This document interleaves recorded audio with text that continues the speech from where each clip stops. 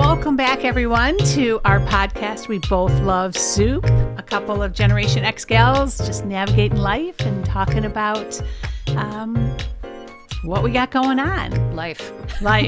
But before we get started on our topic of the day, which is a hot button one, talking about Ozempic and weight loss, I gotta say, Elle just had her hair done, and I got my it looks hair great. I tried. I've been trying to go red. I'm naturally blonde, and I've been trying to go red to the extent that I have seen 3 different stylists, and this is the first time I've actually walked out of the salon and somebody said, "Oh yeah, your hair is red," because I don't know why this is so difficult. You would think this would be a simple thing, but I'm quite happy with the latest iteration of my hair for now. And how did you find her? This is another one that we had I found her on Google, believe it or not. I Googled, and then I went to Instagram, her Instagram page, and I looked at reds specifically, and it looked like she had a lot of, her hair is actually red, and she said her hair is naturally blonde. So she dyed her own hair red, which looks great. I would never, in a million years, would have guessed that her hair was actually blonde. And she had a lot of reds on her Insta. So that was what drew me to her. I actually reached out to 2 different women in our area on Instagram. She was the only one that got back to me. So that was a bad marketing or bad follow-up. Well, I know, too, that this has been a search for you because you were using the same hairdresser I'm using, but I'm brunette. Well, I've loved forever, but it's very different. Yeah. Going with a brunette color and with the red. And my hairdresser kind of specializes in the blondes, but a certain kind of cookie cut. I would almost describe it as cookie cutter style of blonde. And what's very popular right now is the very rooty look, where your roots look like Melt. they need to be The root done. melt. And I hate that. I'm sorry. Call me Gen X for that, because I hate that look. To me, I feel like I walk out of the salon and I want to walk back in again and It's like re-get my hair done, because it does not look like I had my hair done. And they're very into that, and that's just not my gig. That brings up another thing too, the whole concept of when you stick with a hairdresser because you don't want to betray them and go somewhere else. Because we love these Because I know you noodled on for months. Yes. Because you went through like 3 iterations with them, and hair is not cheap anymore. No. Getting a cut and any kind of color, and time you do a gratuity, you're looking at $350. Men, pretend you didn't hear that. Yes, but my that's just husband did not reality. hear that. That is not high-end hairdressers. Yeah, that's and normal. What we loved about my current girl and your former girl was she's born and raised in the community. She has a cute little shop in Old Town. Her sister, it's almost like a family business. Yeah. She uses natural products. She's an animal lover. It's like she just ticks all the boxes for us as like a human being. Yeah. Went to the local high school that my kids went to.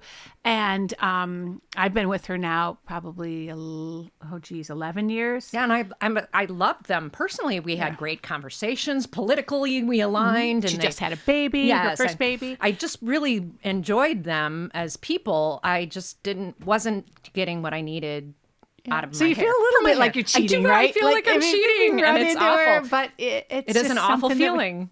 The breaking up with your hairdresser, that is definitely we might have to have a whole nother episode about just that. How do you break up with our lash girl? When we decided to do our own lashes, you broke up with your lash girl. I broke up with my lash girl. Yeah. And we've been back and forth with our nail people. And you feel guilty about that, because especially my lash girl was a single mom and feeling like I owed her and I needed to continue to go see her, even though, it was an hour out of my way to get to her and everything else, and the time in the chair. And then now we started doing our own, so it's just easier. Yeah, so I felt horrible guilt about that. Because that is one of our things for just about every service. And even I'd say many of the restaurants we go to, we try to do local, and we try to also use people that are independent, not franchise type businesses. Right. But then the downside of that is you feel like personally invested, that they need that income, like your lash gal. One for us is we have, I call it doggy school, and it's a woman out of her house who does dog daycare. And so you can bring the dogs there to play. And it's not that I'm not home and I can't watch my dogs. They just love the interaction of other dogs. And so we call it school because it really is like working on their manners. And recently that dog flu hit, like in November, where it was at unknown. It was actually very deadly for a lot of dogs. It's still going around, her business absolutely tanked right at the holidays. No one was bringing their dogs to doggy school. And that's like their primary source of income. Felt awful about it. I wasn't even bringing them because it was just unknown. I wasn't even bringing them out on walks if there were other dogs on the trail. Right. So I wound up like prepaying and Venmoing her and kind of buying a package ahead of time because I knew from managing a small business like that how devastating losing all that income, especially at the holidays, was going to be. Absolutely. But anyway, so why don't we jump into our topic of the day? Do you want to introduce yourselves? Oh, did I fail to do that again? You don't have to. Oh, It only need to do it if we decide that episode 0 doesn't go out. Well, it's going out. I think It's going out. we should already been maybe out at the for a week. beginning of every episode say this is Dylan and I'm so they know our voices, but that's fine. that's Okay. true. No big Okay, I thought I might I'm have, but not I. cutting any of this out. Oh, okay. Yeah, this is homegrown organic. Well, as I mentioned at the beginning, our topic today is one that's been getting a lot of press, particularly in the last Negative I'd say and 6 months, positive. negative and positive, and we thought it was a very good one for today, and I've sort of titled it "Ozempic and Other Weapons Against Midlife Weight Gain." And as I wrote that, I thought to myself, you can even cross out midlife weight gain and just talk about weight gain. Period. Women can't speak to what men are going through because it seems like men have it Don't so care. easy there. But Elle and I are very different body styles. Absolutely. 100%. I am, I guess what you'd call boyish figured. I've always, like, if I had to describe it in the past, it's athletic, except now I'm missing the muscle tone. But, like, just straight up and down, I don't have a lot of boob. I don't have a lot of hip. Very straight up and down. And I have struggled with where I gain my weight is always around my middle section. So I get even more straight up and down and even less waistline as But your time has normal gone on. size is generally what, like 4'6"? Yes, I'm not a big person. Yeah. I'm You're 5'6" tall? 5'6", and I weigh about 100 and, well, right now about 145 pounds. I would like to weigh less. I would like to be firmer. And so that has been my struggle, is just being, I would like my clothes to fit better. As I sit here, my pants are unbuttoned. I just had lunch. These are high-waisted button-up They're very pants. cute pants, by the way. Yes, We're gonna have to they're make free people. We have to, do a promotion again. No one ever tells us to do this, but she wears these jeans that are like pajamas, and they're made by they're free delicious. people. Oh no, those are different. These are different. These are different. Oh, these are very free soft. people screen printed ones. No, are the ones those that, are what Yeah. are those jeans? I can't remember. I'll have Are to. free people. No. Oh, I know the other. Yes. What is the name of those jeans? Oh, now I'm feeling this old. is like having mental pause, as we call this, when your brain just does not come forth with the rag and bones. Rag and bones. It begins with an R. Yes. Rag and bone. The You're answer right. is yes. So I have 3 pairs of rag and bones jeans.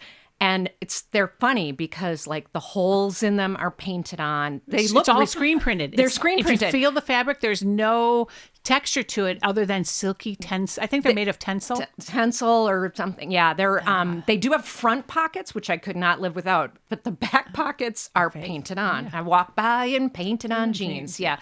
And they are like jammies. You can sleep in 'em. Mm-hmm. I love them. They're absolutely my favorite jeans. The ones I'm wearing currently are like bell bottom free peoples, which are also very comfortable, except when I'm bloated from lunch, in which case I have to unbutton the top button. And I'm about the polar opposite of body style from Elle. I'm tall. I'm about 5'11". I've always been tall. I've been tall since I was in 6th, 7th grade. I have never been tall. But I was not overweight as a child. I did a lot of athletic, raced bicycles, ran track, did all that kind of stuff. And it wasn't until after I started having kids that the infamous, you gained weight while you were pregnant. I lost most of it except for 10 pounds. So with my first that I had quite young, early 20s. And then I had my second 6 years later. And through those years, maybe vacillated, 5 pounds max. Had my second. After that, again, stubborn 10 pounds didn't leave. So progressively, weight has been added on. It wasn't like there was one really bad year that was tragic, but I went from what I would say would be my weight I should be, which is in the 150s, 160s, and I ballooned up to 228 pounds at my max. And I feel like I've been skinny my whole life, and I don't think I'm terribly large now, but I feel like I gained a pound a year since I was 40. And now that doesn't sound like a lot, a pound a year. But now that I'm 56, that's 16 pounds of real... On your frame. Yeah, that I can't get off, that I can't, I really have to starve myself or struggle to get off. And that's my burden that I have to carry. Is trying to get rid of Literally this and figuratively. 10 or 15 pounds that I'm carrying around all the time. So yeah, for me, it was, like I said, gradual as well. And it's not that throughout the years I didn't try to do things to mitigate it. And I was moderately successful, meaning maybe 10, 12 pounds here or there, in trying everything from, lots and lots of Peloton, strength training, radical diets where you cut out things completely, isogenic shakes, you name it, all through this time, trying a lot of different things until about October of 2021. My knees were hurting and I was starting to impact the things I love. Wait, I'm going to interject because I want to describe our summer, that summer. So that was a summer that I believe you bought the Peloton that winter prior. Yes. So you were Pelotoning all winter.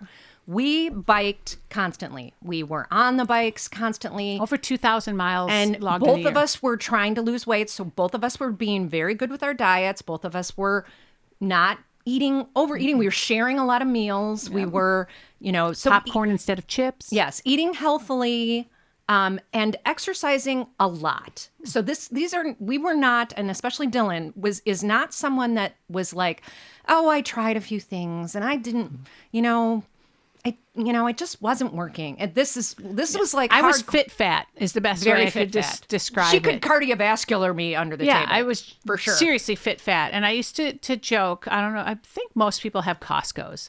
And at Costco, they sell Or a Sam's. jumbo size of kitty litter made by Scoop Away. And it includes, I think, like 4 bags. And on the outside, it says, bonus. And the entire weight of this thing is 42 pounds. And I remember going to the Costco, and this was another one of those aha moments. And I went, heaved up the kitty litter to put it into the cart. And I thought, oh my God, I need to lose the equivalent of this kitty litter. I am carrying around, because in my mind at that time, I was like, yeah, I'm probably about 40 pounds overweight. I'm like, this is what I navigate and have to carry in everything I do. Like when we're on bike rides and we're going up a hill, and so I started saying It to started them, being the ongoing joke that we'd be climbing a hill and she'd be behind us. kitty litter. Kitty litter. Yes. yeah, trying to explain. And so I made my husband lift it up when we got home. I said, this is what I feel I need to lose. And he's like, I couldn't imagine if you told me throughout the day, everything you what do, you're you carrying have to around. carry this around on you. Right. And so that was a bit of a wake-up call for me. But I think the one that really pushed me over the edge was, my knees started hurting. And we've been playing pickleball and we were riding. And, I went to my doctor. I go regularly. And he's like, you're cruising for knee surgery. You're going to need to have knee surgery. And then I started thinking with my health insurance. And you were also categorized as obese or near Oh obese. yeah, there was that too. When they do the BMI, I was definitely obese. Yeah. It was, which shocked me because if you, I don't know if we have photos of that time, but there's no way you would ever look at Dylan and think, oh, that woman is obese. She's very tall. So her proportions are very well spread out. So all the weight was very well spread out. I was definitely wouldn't categorize me as thin, but No. yeah, you wouldn't. I would have called her voluptuous or curvy. Yeah. Back then. And I was curvy Still are. anyway. You're Yeah, still curvy. Yeah, chesty, and I have hips. I'm the opposite of Elle that way, even when I'm not heavy. You would never call me curvy. So yeah, hearing about the knee surgery, and then I actually started calendarizing out, based on your medical, when am I going to max out my medical deductible, and when's the best time to have surgery? Okay, it's probably closer to the holidays, and just resigning myself to that was something that was going to happen. And then about the same time, I started hearing and seeing some articles about new drugs that were being used for diabetics that were having an incredible effect on weight loss.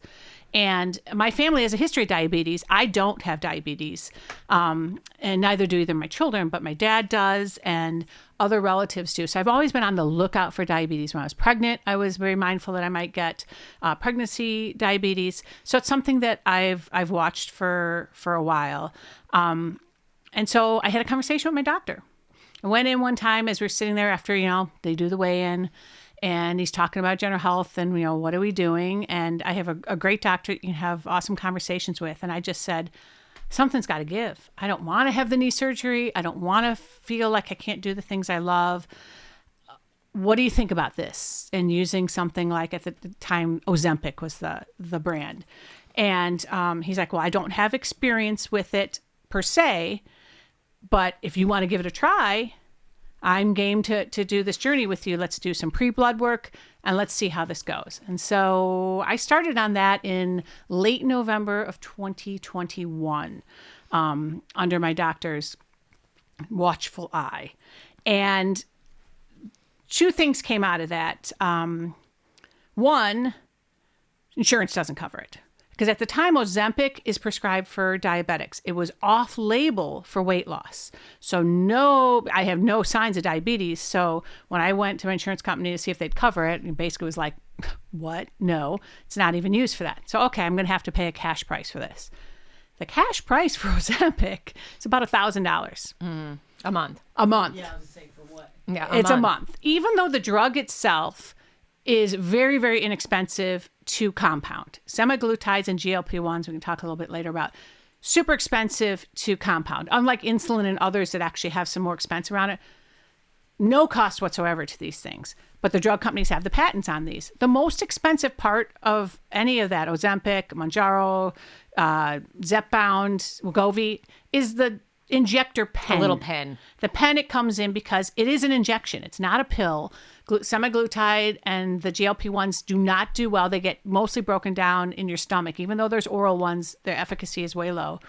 So you have to give yourself a shot, and it's a weekly shot. So they make it almost Star Trek-y. It's a little injector pen with the tiniest little needle, and you dial a thing. It has a big window. It's idiot-proof. And you dial it. It makes cute little clicks, and you stab yourself with it like a Star Trek drug. Yeah. It really is very much like Star Trek. And by the way, that- Dylan is a huge Trekkie. Okay, So if anybody knows, Yes, if that I've anybody held out to this point to make a Star Exactly. Trek not very reference. long, but still.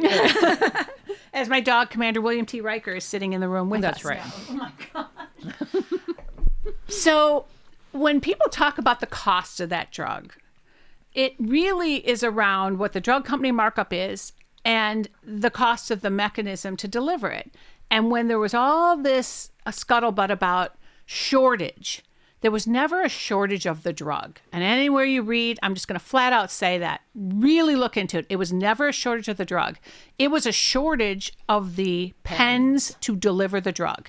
If someone was willing to buy it in a vial and get U100 insulin syringes and give them a shot, the drug was out there to get. It was just not in the cute little pens as marketed by the drug companies. So it's not a drug shortage problem. And even now, they don't even have a shortage of the pens. And people still are like, oh, well, that people that need that drug can't get it. Well, that is a lie as well. Yes. That is not true. What it is that people that need that drug probably can't afford that drug. Yeah. Because if I have a friend who is diabetic who was prescribed the drug, it's still going to cost her $200 a month. That's with insurance. With insurance. And she has to meet her deductible and everything else. And that $200 is a lot of money for some people. Mm-hmm. I mean, it's a lot of money for everyone, really. And if you can't afford that $200, then of course it's out of your reach to do this. Yes. And, it's kind of a vicious cycle. And then you hear these sad stories about people aren't getting their medication. Well, as Elle said, they're not getting their medication not because they can't. It's because they can't afford it. So it's a drug company problem. It's not a drug shortage problem. Right. It's not because, there's so many people taking Ozempic to lose weight that they can't. Yeah. Hollywood and all these people are doing. No. Yeah. Although there are a lot of people. Yeah. Skinny people. Talk more about and we'll that. talk more about that in a second. So for me, I bit the bullet. And I paid for my first pen, which since I was graduating, small dosage, my first pen lasted me like 6 or 7 weeks. And then I'm like, okay, I got to find another alternative. So I looked to Mexico because we live close to Mexico. And I also looked into Canadian pharmacies. So I was able to find a Canadian pharmacy where I was able to get it for about 2/3 to half the price of what the U.S. market would get. And so it would be shipped, in dry ice because it has to stay refrigerated. And I started buying it through the Canadian pharmacy that way because it, the affordability was a factor for me. But when I started it in November, it was right after we got back from a cruise, and it was the holidays, and I tell you, it worked wonders for me. Pretty close to. Was that in the pens to originate? Or Yes, did you... I originally had them in the pen. okay. So I had the actual Ozempic pen Okay. and even the Canadian pharmacy sent me the Ozempic pen. Okay. It was later that I transitioned to the vials. But about 3 weeks in, I really started feeling the difference in there. And what it really does for me is, so GLP-1s are glucagon-like peptides. That's what GLP stands for. So all those drugs, Wegovy, Mounjaro, Ozempic, and Zepbound are basically in the category of GLP-1s. 2 of them are semi-glutides, and the other 2 are terzepatides, but they're all in that same family of peptides. And what they do is they decrease blood sugar levels and they increase insulin production. And which that does is it reduces hungers and promotes like a feeling of fullness is at its core. And so the way they discovered and how this these as a work, friend drove me crazy because I was gonna say, that's we would go nice. out. Yeah, we would go out to a restaurant and we would split something because we often split something prior. And I would eat 2/3 of it and she would eat 1/3 before she said, "Oh, I'm not hungry anymore." And then, of course, I would eat the rest of hers. And this wasn't like me. Yeah, totally not like you. I'm, And then the Midwest alcohol girl. as well. We live in near wine country. I think I mentioned that last time. And we would go out to a winery and have 2-3 glasses of wine, maybe more than we should have to ride our bikes home or whatever. But now it's like 1 glass of wine. That's it. And She always says, "Do you need me to put a nipple on that?" yeah, it takes her forever to finish 1 glass of wine. And it's interesting because it's also these drugs are also being explored for alcoholism and drug abuse. Maybe not drug abuse, but definitely alcoholism. I think and then is in the there. Alzheimer's Because connection is another it one cuts too. your cravings. You Yeah. don't crave things as The much. balancing your blood sugar levels. Right. And the other interesting thing is I read medical articles about this and not just the sensationalized news is because I have the diabetes in my family, it like makes me that much more susceptible to the positive effects of this. And I can say 100%, it did exactly what I just described. I felt full. I didn't have like the hunger jitters. I didn't have the hunger pains. And it was like life was normal. Everyone was commenting about me eating less, but I didn't change what I ate. If I wanted some ice cream, I ate some ice cream. Did I eat a whole scoop? Probably couldn't finish it. Did I want cheese sticks? Sure. Instead of eating 6 cheese sticks, I ate 2. And So- I would eat the rest. But what it did is, so I didn't change the what I ate and suddenly become this, I'm salads and all that. But it was the quantity, and that coupled with my already somewhat active lifestyle, the weight just started dropping off. Not exceptionally. So it wasn't like I was losing 10, 20, 30 pounds all at once, but it was like 2 pounds a week or maybe 1. And I really wasn't so much watching the scale as just how I was feeling. And I was going to the doctor regularly. So every 3 months, I would go in for a full blood panel and, of course, a weigh-in and a BMI check and all of that. But after about 3 months, it was starting to be noticeable to me. Starting at 228, my goal when I first went into this, if I had a scale goal, was I wanted to see a 1 on the scale. I wanted to stop seeing a 2 on the scale. It had been over 20 years since I had a 1 on the scale in the first digit. And I hit that. I just saw it. I have a little diary. Talk about that some other time too. And so last year, it was this time last year that I got the 1 on the scale at my doctor's visit. I remember it being a big deal. It was. a big I deal. weighed in at 198 and I was just over the moon happy. Like, I can't believe this worked. And my doctor too was like, that's impressive. I've known you and I've treated you for years and I know your level of activity. And the only thing I had changed was the introduction of this drug. Right. And so at that point, I was hell-bent on finding an even more affordable way to be able to stay on this, because that is the one unknown with this. And you'll say it's one of the criticisms that's levied pretty heavily for those who are anti the weight loss drugs is, well, what happens when you stop? When you stop, yes. That's And- what people always ask I'm me. waiting for this. Yeah. They don't know what happens when you stop. That's Right. the honest truth. They also Because don't know most the of the people on long-term it effects, but have been diabetics who are on it for life. So the using of it to achieve a certain weight loss goal and then taper it off they don't have history on it. They just don't. And in my mind, I'm like, okay, will I eventually tailor back my dose? Will I eventually get off of it? Or will I stay on it for life? And quite honestly, just like other drugs, statins or levothyroxine that people are on, I have no problem if for the rest of my life to stay the way I am right now and feel how I am if I had to give my shot every week. What I have a problem with is the overall cost of it, and I wish it didn't have to bear that. But I have started pulling back my dosage to see what kind of impact that'll have. And, more to come on that in subsequent podcasts. But, so far, there's no issue whatsoever. But that is one of the first criticisms that comes my way is you're going to gain it all back and then some.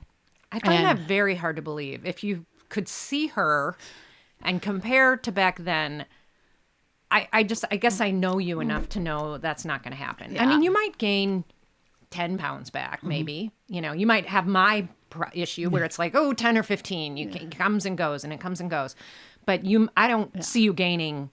So I should probably say what my total weight loss was. So I started at 228, and I am currently now 158.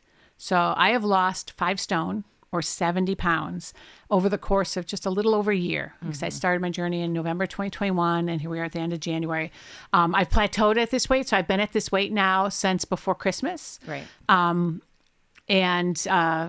It was more than I had ever dreamed of. It wasn't like I set out this radical goal. It was all about how I felt. Right. And let's talk about the side effects. yes. Yes. So there are. I'll let you. Yeah, there are some side effects to this drug. There are definitely some side effects, and Elle can attest to them. So a few of them are the ones that are advertised quite a bit in the press, and that is for some people, not me, you get a lot of gastrointestinal distress. So they, of course, who doesn't have that at our age they anyway? sensationalize that quite a bit. Some people get violently ill over it. We should also have a little disclaimer. We are not medical doctors in any way, shape, or form. We have no medical training. We're not promoting Ozempic. We have no ties to any of the semaglutides or anything like that. But you also do not have a gallbladder.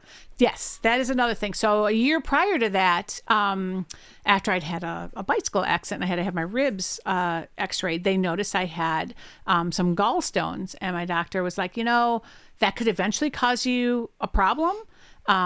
Would you think about, why don't we preemptively get that gallbladder out of there? And I'm like, sure. So I had scheduled that once again, start of my medical reset there, and had my gallbladder removed the previous January, because there are some indications that it can cause problems with your gallbladder, some of the GLP-1s. So the fact that I didn't have a gallbladder was another reason my doctor was so willing to let me try this, because he didn't see a downside. Right. That, and having done the blood panel and just overall general wellness check, he saw the risk is low and the upside is Right. high. And I will say the upside absolutely was high. For other friends or people that I've known who have taken it, definitely they would say the digestive issues are the most common things that people have. I had no negative side effects from this. Never had injection site I wouldn't swelling. say that.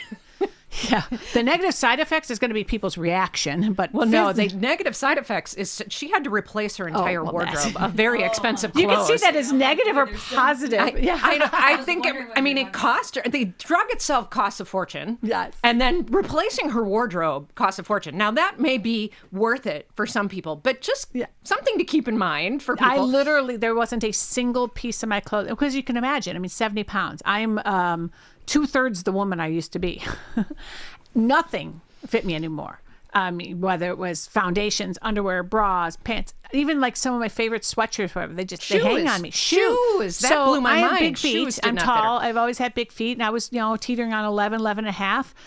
I didn't realize my feet were fat along with the rest of me, but evidently they were, because now I fit into a 10 or a 10 and a half. Yeah. Go figure. So who'da thunk like my that high heels, I can't shoes- slide into them. I slide right through the front of them. Welcome to my world. I Yeah. have very narrow feet. So that, yes, was in expense for sure. And as I went through this last year, I was reluctant to restock up on clothing because I didn't know where this was going to take me. Where would it So I end? was buying Yeah. like triage clothes. And one of our favorite clothes are Cabby, and they have 2 seasons. They have spring and fall. They're very And so expensive. last spring, I was all excited because I was like, oh my gosh, I'm down from a size 14, 16 to like a 10. This is awesome. So I had a Cabby credit because I had the party at my house. I bought a bunch of stuff. I was super happy. By fall, none of that stuff fit me, and I had to turn around and Poshmark.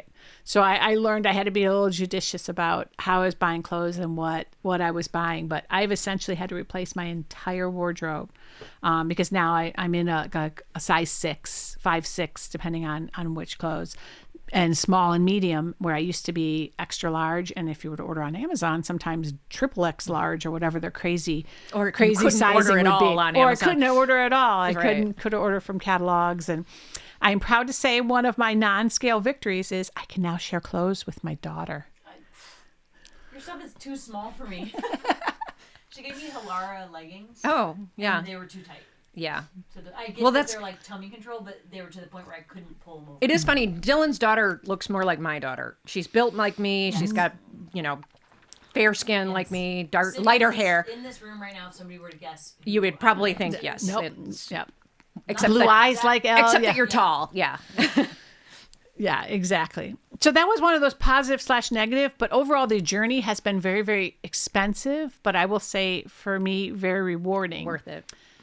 The biggest negative though, which I really want to talk about, is people's reactions. Oh my gosh. Yeah. And very few people have been, I'd say, happy for me. I am mostly met with negativity, and in some cases, extreme negativity, along the lines of, and these are like almost direct quotes, I can't believe you're doing that. You're taking medicine away from real sick people. Right. Why don't you have the willpower to do this? Why are you relying on drugs? All right. You look terrible. You look terrible. I have people saying look terrible because one of the other things is when you lose that much weight, some of it comes off your face. And you know what the greatest filler in the world is? Fat. Fat. My sister always says fat is better than Botox. It She is. has a little weight in her face, So as do I. losing weight in my face, yes. Now I have some little jowls. I'm paying a little more attention. I'm using some more creams. I'm trying to remediate that. I won't go under the knife kind of thing, but it is very visible where I didn't have lines before. I have them now.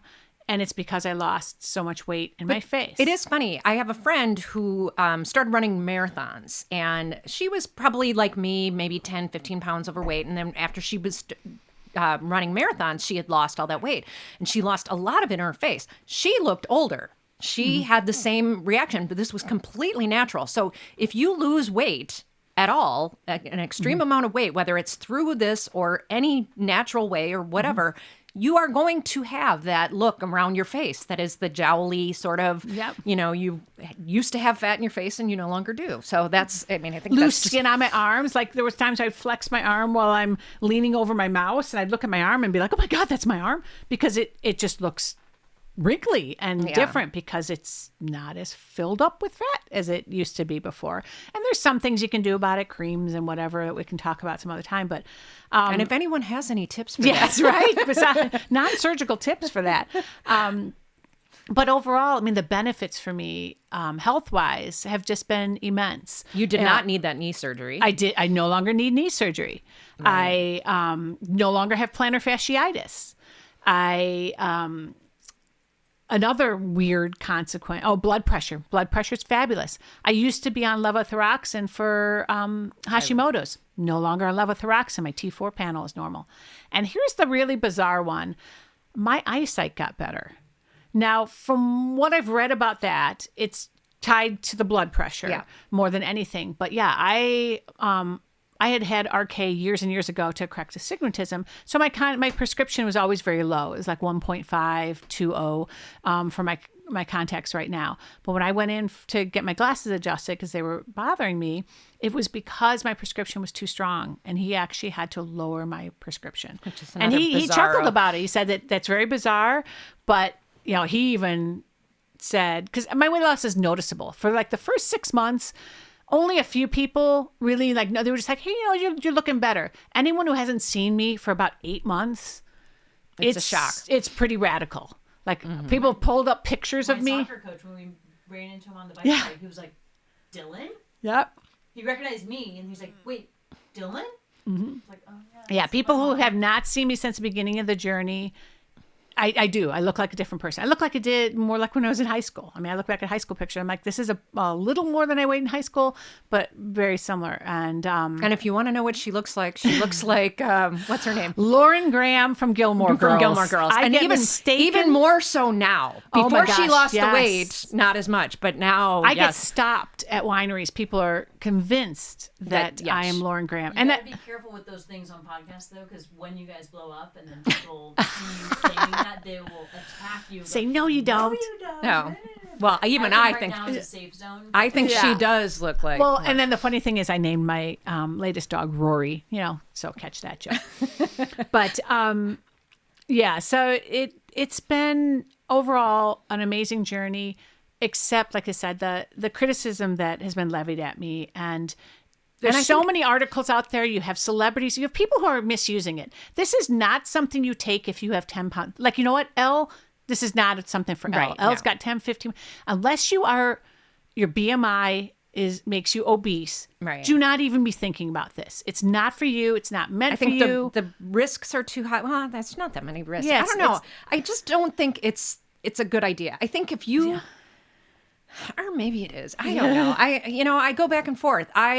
I would never take it personally because I know I have gotten down to the weight I want to be at. I just by watching what I eat and watching my carbs and doing intermittent fasting. And my biggest problem I'm having right now, is balancing my hormones. And this is an issue that I know a lot of women go through at this age where, too much estrogen, not enough estrogen, and I'm hot flashing and fortunately you never had this issue, but I have been battling this. I also battle autoimmune disease, Hashimoto's. They're trying to figure out what else I have because I have a lot of issues. So that keeps me from being able to work out like I want to work out. I know I watch those TikTok videos religiously and I know more muscle work. You've and been then doing wall Pilates? no, I haven't, because as soon as I start lifting weights, I'm like one day and then I'm like, oh, I can't move. Then You do bar. Bar is the. I do like bar. I like bar, Bar's but like it's the Pilates version. even still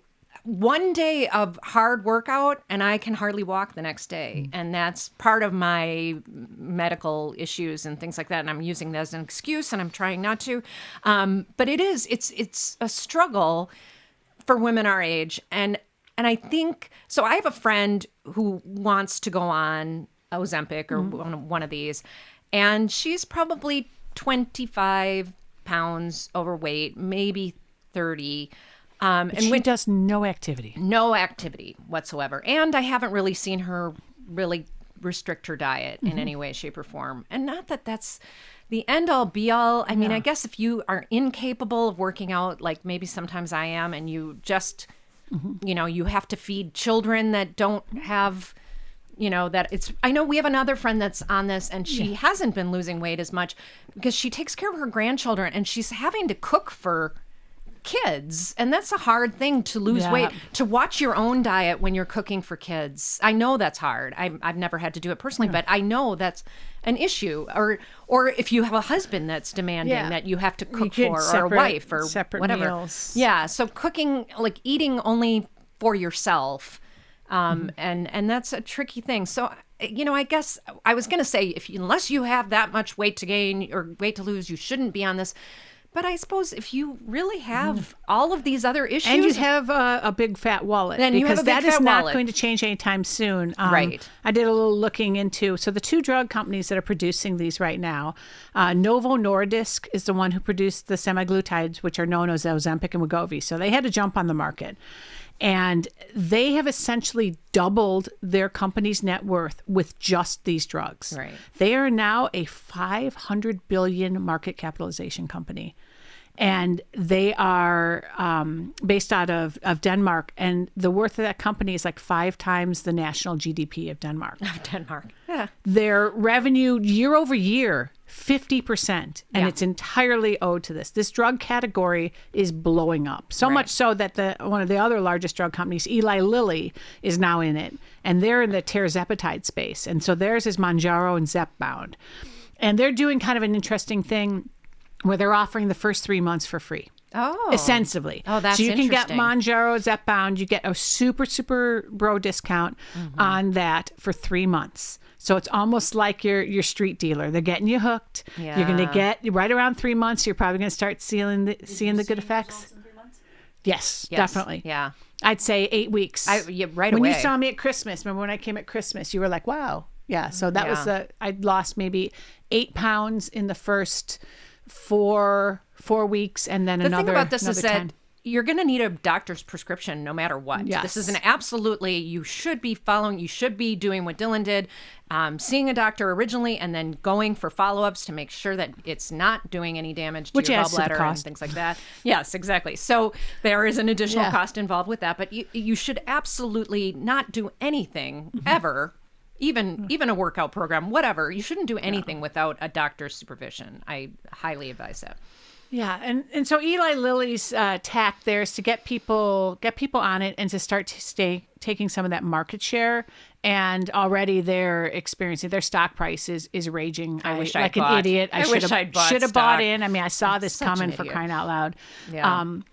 But as Elle mentioned, so prescriptions. So the interesting thing about that is you'll see a lot now on the internet how come the drug makers are circumventing that is they're even Weight Watchers has pivoted to this. They have online doctors. Oh, So like right. you sign up for like Henry Meds is one, I think Row.com. It's kind of what they used to do Weight with Watcher- pot. Do you remember when it Yeah. used to be in California? It used to require a doctor's prescription to buy pot because it was by medical use only. Yeah, medical And so marijuana. then they came up with this like you could go in and it was very hokey, Yeah. but they somehow circumnavigated that and they do that now with everything. Latisse Right. is another one that they So like you can get eyelash it stuff. through the different providers. You fill out a form and you can get it. It's still as expensive as all get out, and Right. they get you on these monthly plans. I think because another one of our friends is trying to get started on it, and she did some research, and it starts at $400 a month, Mm-hmm. and then you have to pay for the doctor's visits, and then that starts you off as the lowest dose, and it crescendos on up from there. So we're not talking little is- bits of money it here. is not cheap. It's and they sign you up for a commitment. You have to commit to X number of months, and Well, you know how much people pay for like a private trainer? Right. Yeah. So you have to kind of look at it that way and think about is this worth the money, the investment? It's an investment in yourself, just like anything. Yeah. I mean, people talk about Botox. Botox is horribly expensive, but if it's something that if you have your H's and your lines across your forehead and you really want to take care of that, it's an investment in yourself to do that. There's all sorts of our hair. Yeah. We were just talking about We were just back talking to about my hair. hair, $400 for your which hair. looks fabulous, but it is an investment in your hair. we got We're to gonna make sure that Casey doesn't listen to this. I know. We're gonna have to talk. We'll talk another time about the wave of the people going gray naturally, which is something that we have opinions on. Yes, we do. It's strictly The an- that opinions. The anti-gray transition. Yes, the anti-gray transition. Give But it away. but that's okay. I mean, we're whatever you personally feel you need to spend money on in order to feel good about yourself or feel healthy. I'm a vegetarian or pescatarian. I'm not. And those are things I spend money on to feel better about myself, So everybody has a thing. Everybody has a thing that they But there are spend some money on. very, very strong opinions about weight loss drugs, and Yes. this in particular. And I think I had mentioned earlier about within our own, and I'm air quoting now here, friend group, the reactions I've gotten. The most painful reaction of all, though, was that of my mother. So my own mother is very anti anti-weight loss mean. medication has been, I would argue, straight up mean about it, to the point of saying things like, why can't you be like your brother and have willpower and just work out to lose weight? You took the easy way out. You look horrible. I mean, some really hateful things, which you would never expect to come out of anyone's mouth, let alone your own mother. Dylan's brother is a type A personality cycleaholic. Yeah, he bike rides 3+ hours a day. Spends most of his days biking. He only has taken careers that allow him to have that kind of workout schedule. He works for a bicycle company. He's worked for Gold's Gym, and that's a cornerstone of his life. And so, for her to be doing that kind of comparison, and he's also a very different body figure from me. Forget everything else. He's a guy for one thing. He's a guy, and he takes more after my mom's side of the family than my dad's. But that comparison I thought was unfair, and just her, rather than saying, I am so happy for you that your blood pressure is lower, you're off levothyroxine, you're don't need knee surgery. Oh my gosh, you're all healthy. these positive things. You look I can want to do more stuff. I don't want to lay around as much. I can play more pickleball. In the heat of the day, I can be cycling and not have to park on the side of the road while you guys go and get the car. Right. Because we used to laugh. We have many inside jokes. Yeah. So on the pickleball court, I don't know if anybody out there plays pickleball, but if you do, you understand this. So to run up to the net from the back of the net, you have to really have some quick feet to get from the back of the court to the front of the court. And she would joke, Hilda the hippo is running up because she could never get there. Mm-hmm. And we just played the other day, and she made it. She's getting those little drop shots up in the front now because she can. I can, and it doesn't hurt my knees, and my plantar fasciitis isn't. I am not coming home and having to roll my feet on an ice cold can or anything like that. So there's so many things in my life have gotten better, totally unrelated to how I look and the size of my clothes. Yeah. But my mom chose to focus on thinking I did this for vanity, and then focusing on the vanity and trying to take a stab at me like, well, you look horrible.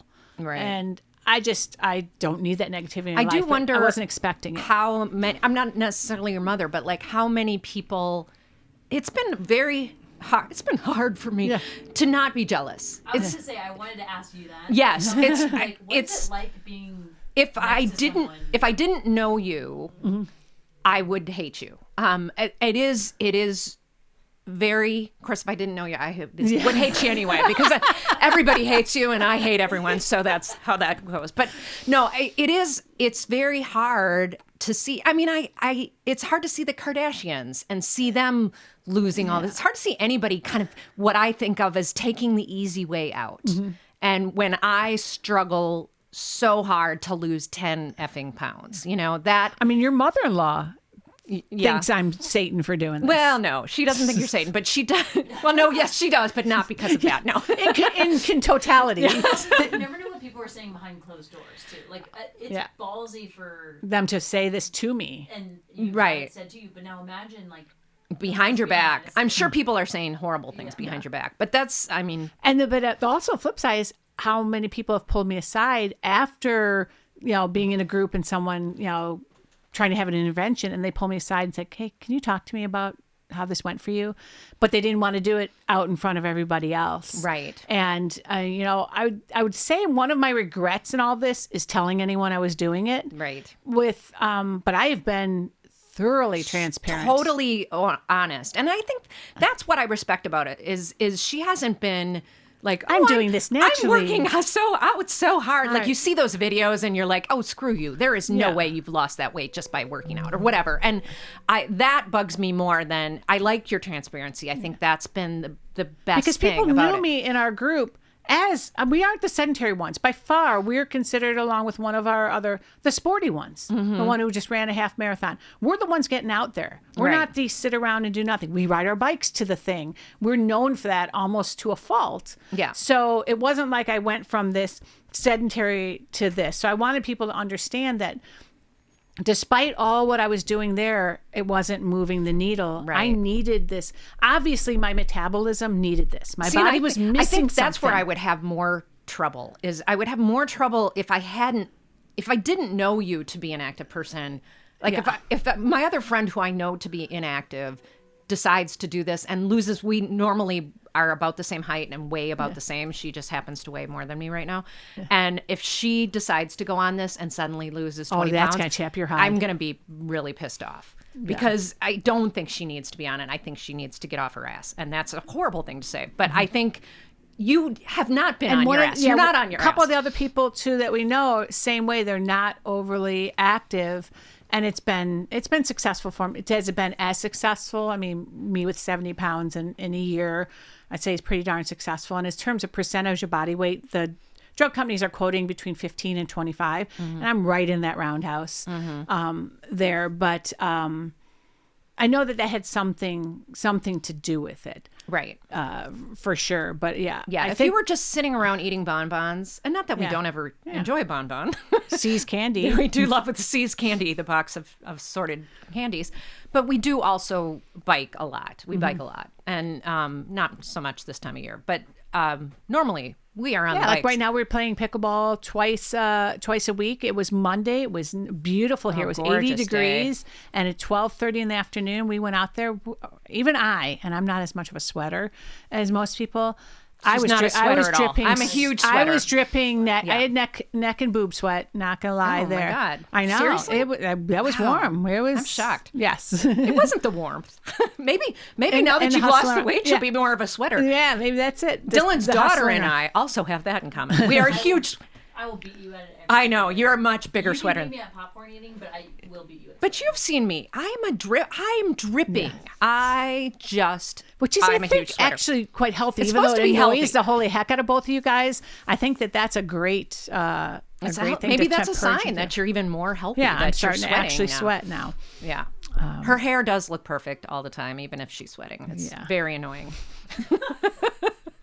Well, she also never wears it in a ponytail. She never wears it in a ponytail. Which they will say is ever. actually quite good for your hair. It is, Ponytails I are know, bad for but your hair. How do you work out? How do you play pickleball? How do you bike without your I just hair don't up? even think about Her it. hair is very long too, and it's like I but- can't. I have to have my hair up. It drives me bananas to have my hair down. No. And my hair isn't even that long or thick, and I have to have my hair up when I work out. Again, it's a sweat thing.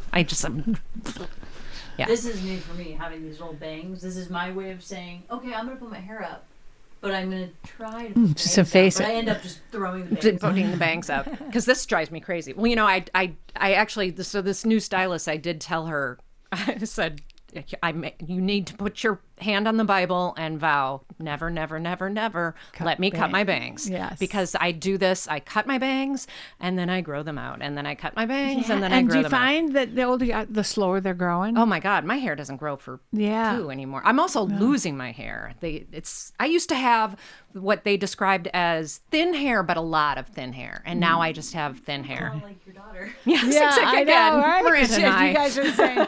Well, that'll be another show where we can talk about some of the different things we've Hair. tried for hair That's and a whole general, nother- that's a general whole nother realm. beauty. That'll be our segue into talking about like Retin-A and the other various things that we've tried. But I think enough about kind of Ozempic and that journey. I'll be updating as we go in future podcasts about as I'm trying to, I'll call it wean myself off or go to a lower dose and what that's doing for me and how I hopefully will be mending my relationship with my mother over this. She's coming to visit this coming weekend, and I kind of put up the brick wall in the last 8 weeks because I just did not need that negativity. So Nobody needs negativity. we'll see how that goes. But also just kind of talking about some of the other things too outside of Ozempic. I know one of the things you've tried, Elle, was Revitalize. Provitalize. Provitalize. Yeah. Provitalize is Again, not a promotion. Yes, probiotic. And anything that pops up on Facebook, basically, We try it. Dylan and I have tried. I think we mentioned we were gonna try this. Call this "We Tried It" because we've tried everything. So Provitalize is a probiotic, and I took it originally for a month, and then I was like, this isn't doing anything. And then I reread this post and was like, wait, you got to try it for 3 months. So I reordered it and I tried it for 3 months. And then I actually did start to notice a difference. I did start to notice I was not gaining weight back as And less much. bloaty, right? Less bloaty. That was a huge thing. Yeah, I tend to bloat. And so I ran out of it, and I'm back on it again. I just started taking it again after about a 2-week hiatus. So again, we'll see if it has the same effect, but I did feel like it was doing something good for me. And then on that same note, the your gut health is really important. And I think recognizing what you put into your body is so important in terms of not just weight loss, but like how you feel. I have a mild gluten intolerance and I hate that, but I do try to watch my carb and gluten intake and things like that. And I try to watch my dairy intake. Because I have this autoimmune issue, I've been told that the Mediterranean diet is what I should subscribe to as far as food, and that's kind of what I try to do. But The power of cheese compels us. I'm from Wisconsin originally. The power of cheese does compel me. It compels us often. And yes, I have to do that. The other thing that was really important to me is finding I found an epigenetic doctor, which sounds so bizarre, but an epigenetic doctor is somebody that looks at both your genetic predisposition of things. They do a full genetic panel, but also your lifestyle, what you eat, what your blood work shows, all of that together combined. It's very interesting what has come up. The Hashimoto's, I had no idea I had Hashimoto's until 2 years ago when I found this doctor. And now I'm on levothyroxine and I know Hashimoto's is very common and, a lot of people have it, but just not even knowing I do actually have the gene for several other Did they even look into lupus as a possible thing for you? I have the gene for all of those. Arthritis, Lyme. So those are all in the category. My brain is not working again. It's been a long day. It's 4:30. Can I have another drink? Yeah. We are having a cocktail.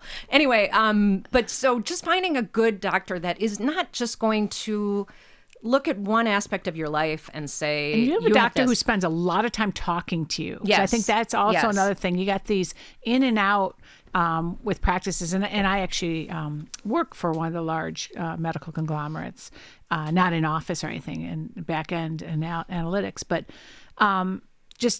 there's fewer doctors and more PAs and the churning and burning people through. So to have someone that sat there and spent that kind of time is a rarity. And every time I have a new issue, I can just, email him and say, hey, what about this? Or he listens to me too. Is he a PA or is he a DO? He's actually a nurse, I think. He's a nurse practitioner. Okay, yeah. But he's fantastic, and he does listen to me, and that's another thing is having a doctor that when you say, I'm on this drug and it's not working for me, or I'm on this and it makes me feel dizzy. It's not a doctor that's going to go, well, keep trying it. I tried. Let's just up your dosage. Yes, exactly. I tried gabapentin years ago. Yo Gabba Gabba, we call it. It's funny. It's the same thing that I was told to give to my cat when we needed to take him to the vet. It's literally the exact same drug. Hence the Yo Gabba Gabba. The Yo Gabba Gabba. So, and it's for pain and when another doctor originally prescribed it to me, I was like, I don't know, I'll try it. And I read in the description that it may cause weight gain, and I was like, oh shit, I don't want to be on that. So I went off of it, and so I was having this discussion with my doctor, and he asked me again. He said, how do you feel when you're drinking? How does your pain feel when you're drinking? And I was like, well, it's great. Yes, I love to drink. It's the best painkiller ever. And he said, he was like, oh, have you tried gabapentin? It's the same chemical, does the same thing chemically in your brain. And it's a really large dose, too. Yes. And so I got this, when I originally was prescribed this, it was a bottle the size of this water bottle, which is like a, thermos, basically. Huge, huge bottle. And of course, I still have this whole huge bottle. And he said, well, that, okay, so it's the same thing does the same thing in your brain, supposedly, as alcohol. He also said it doesn't make you gain weight. It makes you feel hungry. So you get the marijuana munchies. I have enough control over what I eat most of the time that I felt like, okay, I can watch myself on this. So I started off with, he said, he also said, I said, it makes me sleepy it totally makes me, just knocks me on my butt, which most drugs do. I can't take Opiates make me vomit and they make me just fall asleep. So they don't do anything with. It's a good thing. I know. Well, it's a good thing because otherwise I'd probably be a drug addict with the pain I have. So, but so I started with the three tablets, which is 300 milligrams. Just taking it at night, had the best sleep ever.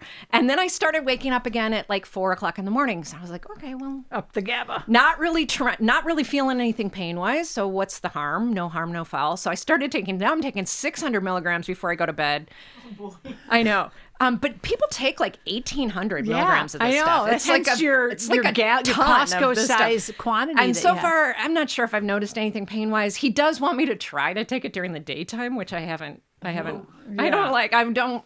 So far, it's still knocking me out. So I'm not sure if it's going to be good for me that way. But anyway, I know one of the other things that we found successful and that we actually both have been incorporating is intermittent fasting. Oh, intermittent fasting. Absolutely. Yeah. Yeah. I do not eat after 6 p.m. And I try not to eat before 9, which isn't a huge intermittent fasting window. There are actually people that Won't have eat until 16, noon. 17 hour, 18 hour fasts. My window is relatively small. And all I've found that it does for me really is I keep the weight I'm at. So I think it's good if you find yourself at the weight you want to be at, and you can just do the window from 6 to 9 in the morning or 8 in the morning, you can maintain your weight because you just can't eat enough calories in the middle of the day. You'll find yourself sleeping better. I know that's one of the things too, is not eating late. trying not to eat after 6 o'clock or, drinking in excess then. You're going to sleep better. Right. I also just would feel myself, like I'd lie in bed and just my gut would be churning and gurgly, just feeling gurgly. like gurglies right before you go to bed. My husband has GERD, so he's never been able to eat. It's a thing.